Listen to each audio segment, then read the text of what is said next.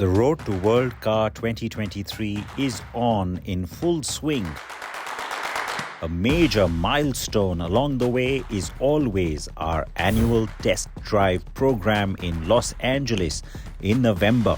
And this year too, we saw massive participation and interest from our global jurors and OEMs alike. 45 of our 100 plus jury was in LA this year with 30 cars, all eligible vehicles for 2023 across the various awards categories. So we got some of our leading voices together for a discussion on what they see as the current state of the global automobile industry and this year's crop of nominees.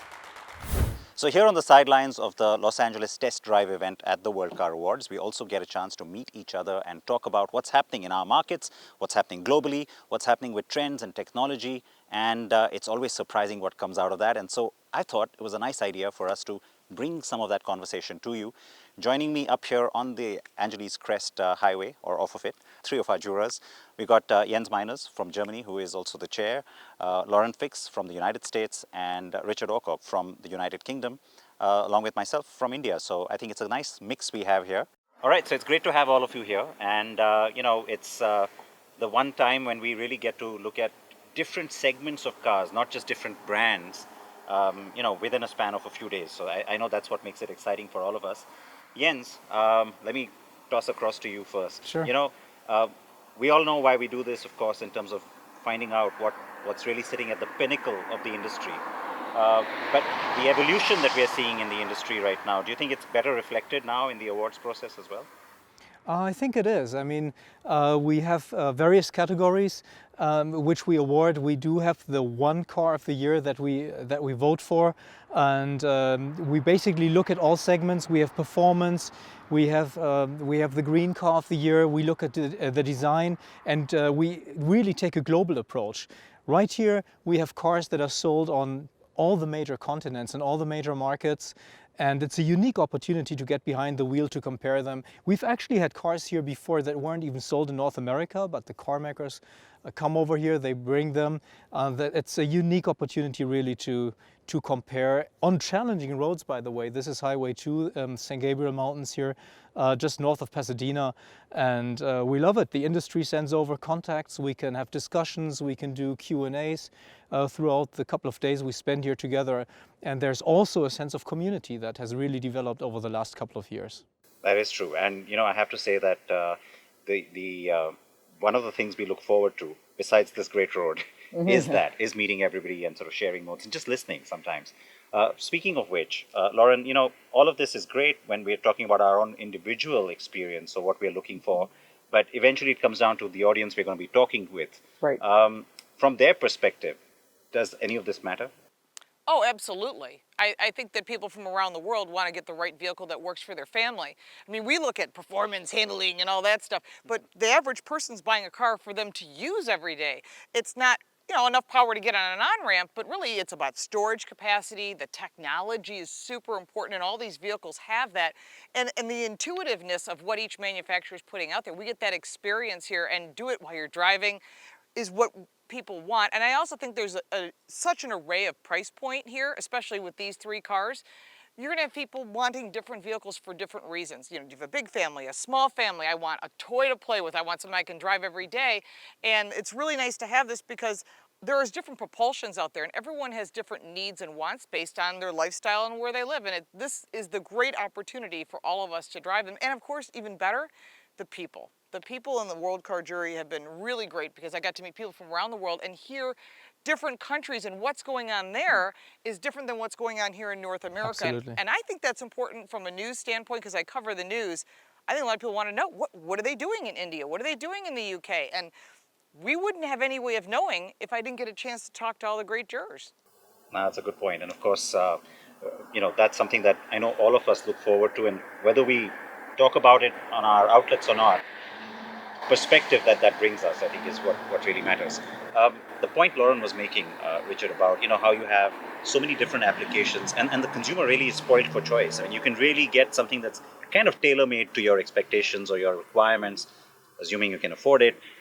Here, like she said, we have such different cars. I mean, that's like all about performance. This one's like a technology showcase, and this becomes like a great people mover. It's a family car, and yet it's also hybrid. You know, it's electrified. Cream of the crop in many ways ends up being something that talks to future technology. But when you look at all of these different nominees, are you seeing cars that are significantly different than, say, 5 years ago? I think it's certainly safe to say that the march of electrification is starting to take over. We're seeing more and more pure EVs, we're seeing more and more hybrids entering the awards, and that particularly in Europe and the UK, where I'm from, that's where the focus is for the coming years. I think certainly compared to just a few years ago, the range and the ability of pure electric cars has come on leaps and bounds. We can drive them up this highway all day long and there's no issue. We just plug them in at the end of the day and it's good to go at the next day. We get to the top and we drive down and then you've got another 5 or 10 miles range just by magic. It really shows how the technology is pushing on. But also vehicles like this demonstrate how plug-in hybrid technology has a place to play as well, and it's helping electrify cars for markets where moving towards pure electric isn't feasible at the moment. So I think just the spread of technology in World Car Awards is absolutely fascinating, and this year has perhaps the biggest spread of technology that we've ever seen. It's super exciting. From a consumer's point of view, the other thing that it's always been important, but I think it's gotten even more attention of late, is design. I mean, people want something that's evocative, that's kind of an extension of their personality. And it's not just exterior design. I mean, some of the interface on the inside, that's getting really wild too, right? It is, yeah. I mean, the automotive industry is, without doubt, catching up with consumer tech and bringing all of this into the vehicles. So we've got these amazing interfaces with connectivity and app stores and things. It's amazing. They are genuinely becoming computers on wheels. It's no cliche to say that because the technology is there to really perform in the real world. And do you agree with that, Lauren, in the sense that, the fact that that's becoming such a huge consideration for a buying decision and not just about performance anymore? Absolutely. People want that connectivity to go from their home right into their car. They don't want that, well, hold on a second, I'm waiting for my Bluetooth to connect. They want that consistent transition, whether that's right, like Alexa, Google, Apple CarPlay, Android Auto, and of course there's a lot of other technologies now folding into that. People want that, and once they experience that, it becomes an extension of their home. But I've always said you are what you drive. So do you want something that's vanilla and boring? You can have that. But if you want something fun and exciting, there's lots of choices.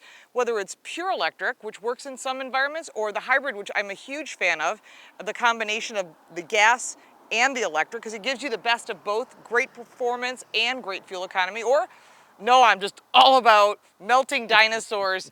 You can do that too. But the nice thing is there's choices for people. And globally, there's also diesel, and we're looking at hydrogen coming on the scene. So I'm really excited about all the different technologies and the different designs and ideas coming up, because I think we're going to see even more in the next few years as you start saying this is CNG, or this is hydrogen, or it's powered by e-gas, which we're seeing from Porsche. So that's all going to be really interesting as it evolves. It's interesting to see technologies come and go. We're also seeing a flurry of cars with the internal combustion engine launched right now, which means they're going to be built for 6, 8, 10 years and beyond. And so, I mean, the proverbial jury is still out on that too, on the future of powertrain. I think we'll see a wide array of propulsion systems. And also, like you said, it's space. going to be about which market, what's happening in that market. Like, for example, in our part of the world, ICE isn't going away anytime soon, and it can't go away anytime soon. Thank you, guys. Thank you. Thank you. Thanks, Sid.